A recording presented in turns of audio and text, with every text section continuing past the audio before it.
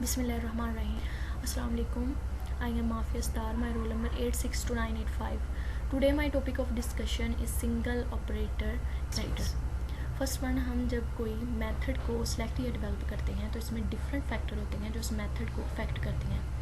That's why in affect को improve या correct करना ज़रूरी होता है. जो फैक्टर होते हैं इनको इम्प्रूव या करेक्ट करने का मकसद ये होता है, ये जो डिफरेंट फैक्टर हैं इनकी रूल्स को फाइंड आउट किया जाए, उन रूल्स के मुताबिक ही मेथड को ऑपरेट करें.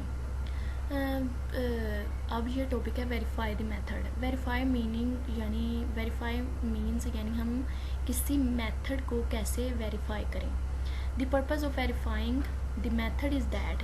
अब वेरीफाई करने का पर्पज़, किसी मेथड को वेरीफाई करने का पर्पज़ क्या होता है कि whether the method in any condition in any environment shows that type of result which are expected or not. यानी जो हम मेथड डेवलप करते हैं वो किसी भी कंडीशन या इन्वायरमेंट में भी हो वो जो रिज़ल्ट शो करता है वो हम एक्सपेक्ट कर रहे हों या ना कर रहे हों, वो वेरीफाई मेथड कहलाता है. There are different ways of verifying the method. बहुत सारी टाइप्स होती हैं किसी भी मेथड को वेरीफाई करने की. एक टाइप ये भी है, उसका एक वे ये भी है कि हम कंपेयर करते हैं जो डेवलपिंग मेथड या एक्सपेरिमेंटल मेथड की वैल्यूज़ को स्टैंडर्ड मेथड की वैल्यू के साथ. Generally there are 4 step for verifying the method. First one है सिंगल ऑपरेटर कैरेक्टरिस्टिक्स, देन है blind analysis of standard sample, ruggedness testing और एक्विवेलेंसी टेस्टिंग. फर्स्ट जो टॉपिक है वो सिंगल ऑपरेटर कैरेक्टरिस्टिक्स है. सिंगल ऑपरेटर कैरेक्टरिस्टिक्स किसी method की जो एक्यूरेसी है, प्रिसिशन और डिटेक्शन लिमिट को चेक करने के लिए यूज़ किया जाता है. इसको सिंगल ऑपरेटर कैरेक्टरिस्टिक्स इसलिए भी कहा जाता है क्योंकि एक इसमें सिंगल एनालिस्ट होता है जो वेरीफाई करता है एक्यूरेसी को, प्रिसिशन और detection limit of that method जो हमने डेवलप किया होता है. एक्यूरेसी मीन्स यानी जो हमारा डेवलपिंग या एक्सपेरिमेंटल मेथड होता है उसकी वैल्यू को स्टैंडर्ड वैल्यू के साथ कंपेयर करना. प्रिसिशन यानी कितनी वेरिएशन है, और डिटेक्शन लिमिट यानी कंसंट्रेशन रेंज कितनी है किसी भी मेथड की, उसको डिटेक्ट किया जा सकता है.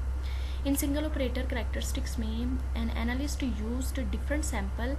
इसमें सिंगल ऑपरेटर कैरेक्टरिस्टिक्स में जो एनालिस्ट होता है वो यूज़ करता है डिफरेंट सैम्पल और और उसको कंपेयर करता है विद नोन कंसंट्रेशन के साथ, और उनको यूज़ करते हुए सैम्पल में ही फाइंड वो चेकआउट करता है एक्यूरेसी को, प्रिसिशन को और डिटेक्शन लिमिट को जो सैम्पल की होती है, जो हमने डेवलप किया होता है मेथड उसकी. अब टू चेक एक्यूरेसी यानी एक्यूरेसी को कैसे फाइंड आउट किया जाता है. इसमें if any standard method is available, the sample is analysed by that method and is also analysed by the method which is developed, then by comparing the result of both accuracy is evaluated. यानी जो हमने method develop किया होता है उसमें जो sample experimental value होती है सैम्पल की उसको या जो डेवलपिंग वैल्यू होती है सैम्पल की उसको, और स्टैंडर्ड मेथड की वैल्यूज़ यानी रिज़ल्ट को कंपेयर किया जाता है. और इस तरह हम कोई भी मेथड एक्यूरेसी को फाइंड आउट कर सकते हैं कि एक्यूरेसी फाइंड आउट हो सकती है. To find precision, the sample whose composition is known और different concentration are analysed by that method and the result of that concentration, result of each composition and compared, if they are comparable then we call it precise, otherwise it is called is not a precise. It means जो sample होता है वो method में वो sample जिसकी composition हमें known होती है और वो सैम्पल जिसकी डिफरेंट कंसंट्रेशन होती है, उनके जो रिज़ल्ट आते हैं उनकी वैल्यूज़ को कंपेयर करते हैं. अगर वो कंपेयरेबल है तो उसे प्रिसाइज कहते हैं, अगर वो डिफरेंट है then it is called is not precise.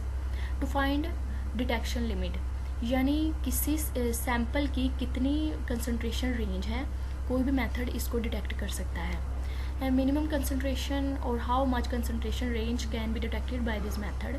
Single analyst is different matrix prepare different sample composition range and then analyze the sample by that method and find out the results.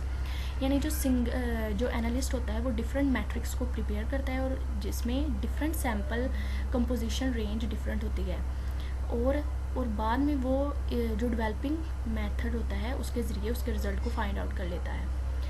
And other ये एक purpose थे single operator characteristics से। इसके अलावा जो purpose है वो ये है कि सिंगल ऑपरेटर करैक्टरिस्टिक्स को हम यूज़ करते हैं इसलिए भी किसी मेथड में कोई भी एरर या प्रॉब्लम हो तो वो इसको फाइंड आउट करता है और उस प्रॉब्लम को सोल्व करता है।